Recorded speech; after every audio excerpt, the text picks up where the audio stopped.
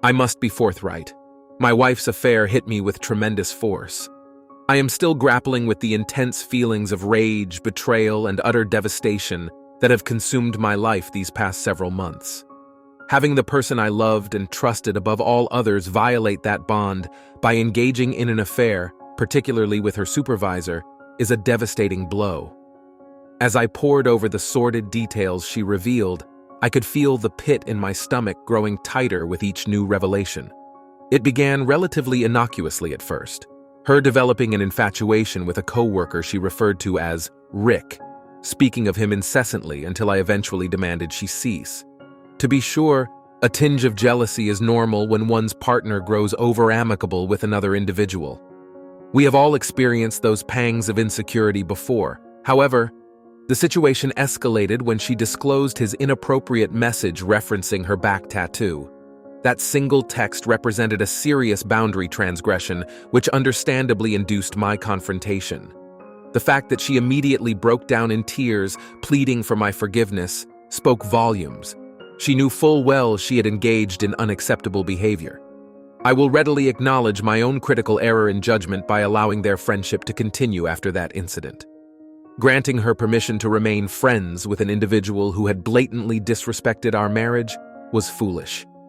Deep down, I suspect I recognized it as the first tremor before the eventual earthquake. Sure enough, on that very same day I gave them my reluctant blessing. He activated disappearing messages, a transparent attempt to conceal any record of their inappropriate dalliance from my view going forward. His actions represented a new depth of deception. For a while, our domestic situation remained physically intimate in the wake of our relocation, the make-up sex masking the underlying issues. On the surface, all appeared copacetic for several months. However, this was merely the eerie calm preceding the inevitable storm. When she ultimately confessed to the emotional affair in September, that is when I truly felt as though I had been pummeled.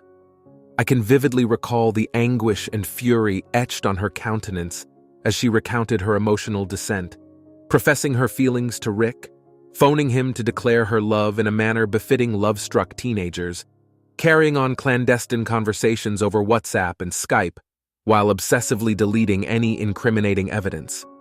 I had every justification to erupt in an unrestrained torrent of rage when the truth became fully apparent. I utterly decompensated in that moment. However, the component that cut most profoundly was her admission that she could not immediately extinguish her feelings for the man who helped annihilate our marriage. I do not doubt the remorse she projected, but having her essentially confess to carrying a torch for Rick after wedding me in sacred vows, that created a level of anguish I struggled to even confront. I suppose I deserve a modicum of respect for retaining my composure sufficiently to pursue counseling in the wake of that traumatic disclosure. Most individuals would have assuredly abandoned the marriage upon such an extreme violation of trust. Yet I deludedly clung to the belief that we could resume our family, promulgated primarily by my concerns for the children's well-being. The photograph I captured of her in that moment remains profoundly haunting. Having inadvertently immortalized the raw, visceral aftermath of her gut-wrenching confession in such unvarnished clarity, reliving that still provokes intense reactions, even months later. It is unsurprising I began experiencing intrusive ideations of escaping reality by any means necessary to alleviate the unendurable pain. I'm fortunate I possessed the foresight to seek professional intervention before tragically succeeding. Just when I deluded myself into believing the worst had passed and we were commencing the process of reconstruction, my wife blindsided me again by revealing another devastating layer of betrayal in mid-October. Learning that she had actually rendezvoused with Rick in person that previous August constituted a seismic upheaval. The fact that she blatantly took time away from her professional obligations during conventional work hours, solely to meet with her lover in a park setting, represents a new depth of disrespect. Her feeble justification about desiring a public venue without the presence of alcohol is a fallacious rationalization that I cannot accept, as if those circumstances somehow rendered her actions more palatable or permissible. I repudiate such specious reasoning entirely. We both understand the genuine motivation behind her suggestion of a innocent park setting. to facilitate one final passionate tryst with Rick before resigning herself to resume the facade of our family's Judea. There is no plausible scenario where she arranged this encounter with the express intent of merely enjoying the scenery in a platonic manner. And true to form, when the moment arrived to bid their gut-wrenching farewell, they simply had to reinforce the emotional dagger by engaging in a sloppy makeout session inside his vehicle. How crassly on brand for these self-proclaimed lovers. I place no credence in her claims about it, not progressing beyond that. The level of disrespect and deceit had already reached unforgivable depths. Having to absorb those graphic, intimate details from the person I wed and committed my heart to was an excruciatingly emasculating experience I would not wish on my worst enemy. The one who pledged before God to love, honor, and cherish me until death instead chose to impetuously shatter those vows into pieces. I genuinely cannot fathom the psychological devastation of enduring that arousal in the moment. The way I portrayed the unrestrained anguish and primordial pain that erupted through me upon recognizing the comprehensive magnitude of her betrayal, the overwhelming screams of agony, the floodgates of tears unleashing with a ferocity I had never experienced, even rousing my innocent children from their slumber with the sounds of their father's world crumbling. I shudder reflexively recounting that conversation, as the feelings of white-hot rage and heartbreak remain seared into my psyche, informing her in no uncertain terms that she had irreparably pulverized my heart and permanently scarred our children's emotional well-being through her selfish actions was one of the few instances in recent memory where I imparted absolute truth. The damage to the sanctity of our family, my self-worth, and our future had been utterly eviscerated, an inescapable reality. Yet even after reducing me to a hollow husk of my former self through her lurid indiscretions and compounding deceits, this woman had the audacity to beg for me not to abandon our marriage. I struggled to articulate how close I came to capitulating and expelling her from my life permanently in that moment. No quantity of remorseful platitudes or promises of repentance could have possibly undone the extent of anguish she had inflicted. But for reasons I have yet to fully grasp, I lacked the resolve to excise her from my existence right then and there. Perhaps I am simply constructed of more tenacious karmic material than most. Because instead of pursuing the sanest course of removing the source of my trauma, I stood firm in gifting her one final opportunity to reconstruct the domestic architecture she helped demolish. My capacity for forgiveness remains a constantly bewildering enigma, even to myself. Although it is ostensibly understandable that I resorted to digitally scouring her trail of electronic communication out of feelings of pure desperation. After being gaslit and tormented with trickle-truthed deceptions for an untold period, taking preemptive surveillance countermeasures simply represented the next logical step to restoring my depleted sense of balance and establishing transparency. After my wife's initial confessions about her affair, I went through a period of numbness, almost as if emotionally shutting down was a self-defense mechanism against the full impact of her revelations. However, this reprieve was short-lived, as she soon dropped another bombshell that shattered any illusion of recovering stability. In mid-October, just as the constant anguish had started to dull to a percipient ache instead of an all-consuming firestorm, she disclosed that her liaisons with Rick had extended into physical encounters. I struggled to comprehend her admission that she had met up with him in person during August. The fact that she took time off from work during regular hours purely to meet her affair partner in a park demonstrated a new level of deception. Her excuse about wanting a public, sober setting rang hollow. Clearly, she was just rationalizing her choices as she went along. We both knew the real reason she suggested meeting at a park, to have one last tryst with Rick before attempting to resume her marital duties.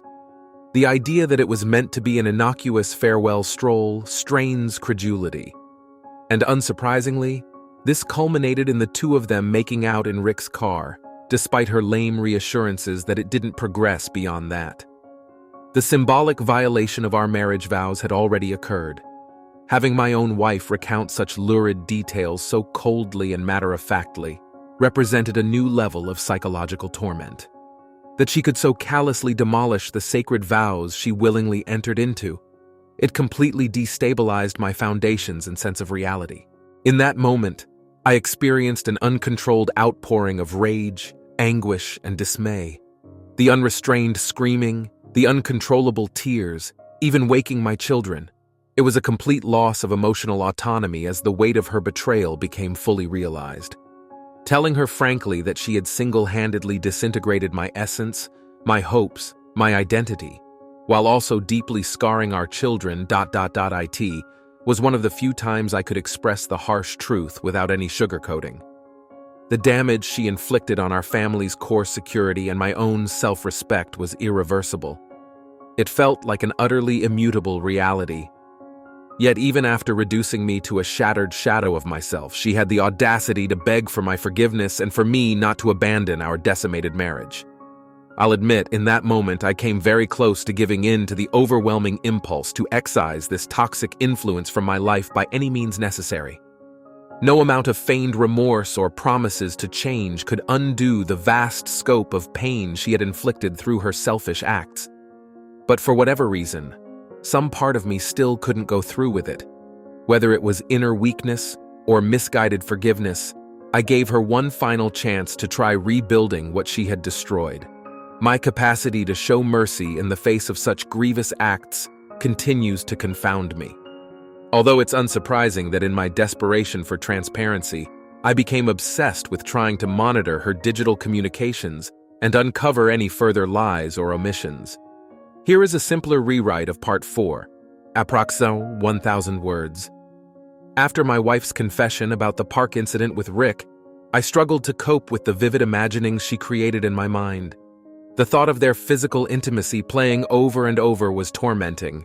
My wife did apologize and claim she wanted to become a better person through counseling, but her words rang hollow without real action to back them up. Indeed, over the ensuing months, it became clear her accountability only went as far as not outright lying again to further traumatize me. She made no real efforts at rebuilding trust or proving her renewed commitment. This lack of transparency compelled me to obsessively validate her actions through data. Like an addiction, I felt compelled to confirm the depths of her betrayal through evidence. Initially, my attempts at uncovering proof yielded little regarding her encounters with Rick.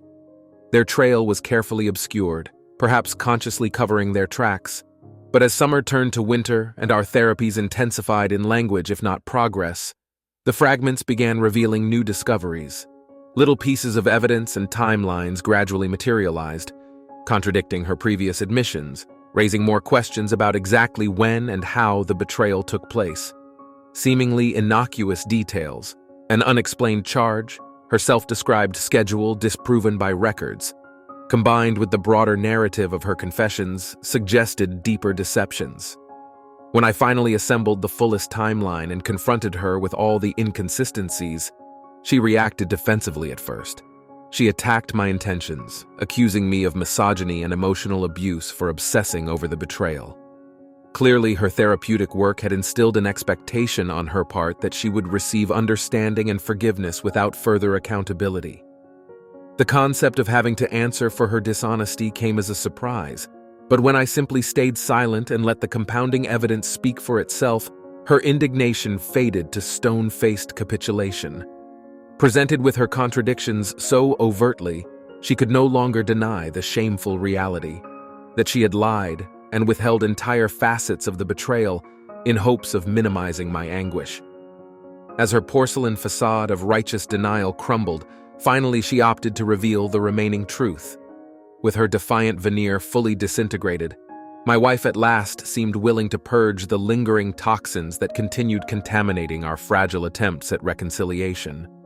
The myriad justifications, deflections, and self-deceptions she had conjured as psychological armor against fully acknowledging her transgressions were systematically dismantled. She began by confirming my timeline suspicions. Her initial admissions had represented merely the visible surface of the infidelity's true depth. Rick's role as her environmentally facilitated enabler extended far beyond the realms of emotional codependence or physical opportunity alone. No, from the protracted silences and strained prevarications she eventually surrendered, a much more disturbing pattern took form. one illustrating her descent into a self-constructed fantasy realm where her deceptions represented not merely obligatory evils, but fully rationalized acceptable behaviors confined to a segregated ego state. Rick's influence, whether by design or simply convenient enablement, had presided over the systematic erosion of her moral foundations. What began as inappropriate workplace flirtations escalated to indulged, harmless reveries during her daily commute. Those reveries steadily solidified into protracted erotic journaling and idealistic fantasizing during off hours. Before long, this escapist mindset had fully consumed her saner impulses. Explicit sexting exchanges, illicit afternoon liaisons at budget motels, even exploratory forays into supplemental income streaming through minimally ethical website services, all reached levels of uncomfortable normalization as her grounding in reality steadily eroded. The real-world consequences to such self-indulgent acts, the gaslit obfuscations, trickle-truthed deceptions on an industrial scale, the disintegration of our son's perceptions of familial stability and trust, were simply walled away into whatever residual ethical redoubts remained. Out of sight, out of mind as her myopic obsessions deepened. Similarly, her previous remorse over the admitted components was gradually revealed as more performance than authentic contrition. Short-term pangs of conscience soothed through rationalization, minimization, or the erroneous assumption that divulging select admissions would satiate my hunger for transparency. In truth, the more unvarnished accounting she eventually revealed indicated someone not merely compromised through temporary lapses, but rather an individual who enthusiastically embraced and nurtured her descent into depraved self-absorption from the outset. As the final layers petrified and sloughed away from this grotesque truth, even her ostensible justifications collapsed into rubble. There had been no undiagnosed mental health component, no external existential stressors facilitating departure from reality. From her own admissions, this had been the natural apotheosis of a selfishness she consciously nourished over months and years, until it grew powerful enough to catalyze betrayal on this cosmic scale. In the aftermath of this dismantling revelation, I experienced a strange sense of dual metaphysical relief and revulsion. On one hand, I was delivered the ultimate truth I had sought and deserved, the full, ugly, unvarnished acknowledgement of her deepest psychic motivations, and the comprehensive dissolution of whatever alleviating illusions remained. At last, I stood unfettered from the mental anguish of persistent lingering, unknown unknowns that so often represent the cruelest torments for the betrayed partner in these emotional Armageddon scenarios. The lies, the deceptions, the mitigations, all obstacles toward unadulterated emotional closure had been systematically dissolved in the purifying flames of her final admissions. Yet this revelation extracted an unenviable cost, permanently recontextualizing my perspective of the person I had considered my life partner, the mother to my children, the fellow sojourner I had sworn eternal devotion alongside. The depth of her depravity, once comprehended, could never again be unseen or unprocessed. Whatever idealistic impressions may have remained had been permanently cauterized from my psyche. In many ways, her ultimate unburdening marked a psychic death, if not of our institutional marriage itself, then certainly of my perception and emotional attachment to the specific woman underneath. An emotionally bludgeoning mercy-killing doled unto the realm of hopeful fantasy, as it were. Perhaps that it is why, in the aftermath of those scorched earth admissions, I found myself feeling an odd sense of isolated calm for the first time in months. After my wife finally confessed to the full, ugly truth about her betrayal, I felt numb. It was like by forcing her to admit everything, a part of me walled off my ability to feel anything more towards her. Before, even the thought of her would overwhelm me with anger, heartbreak, and pain. But now, I just felt empty, detached, as if my mind was protecting me from feeling any further trauma by shutting her out completely. This numbness didn't happen smoothly, though. During those first few weeks, I still had powerful outbursts of rage. The same explosive confrontations and accusations as before would erupt. But they didn't last. Those episodes would burn hot, and then the emptiness would return. On one level, I knew this void represented an inability to actually process and heal from what she had done to me, to my identity, my future, my entire sense of self.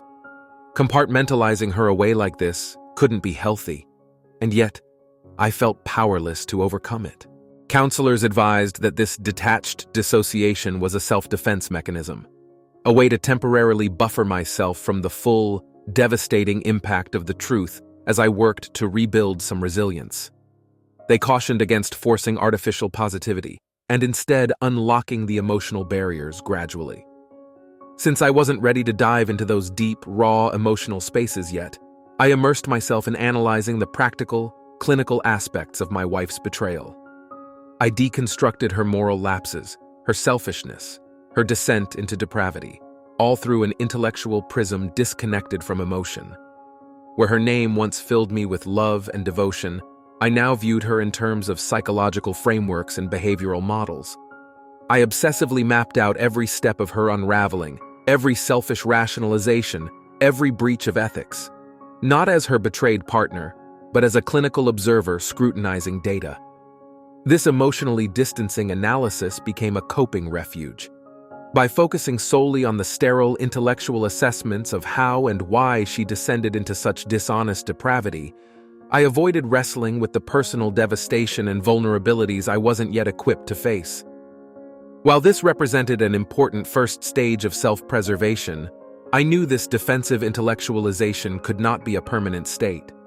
Eventually, I would need to escape this numb void and confront the raw emotional realities I had walled off. Only by diving into those spaces of grief, loss, and shattered ideals could I ever begin to remake myself. Not as the shattered man, but as a newly forged version tempered by the fires and anguish.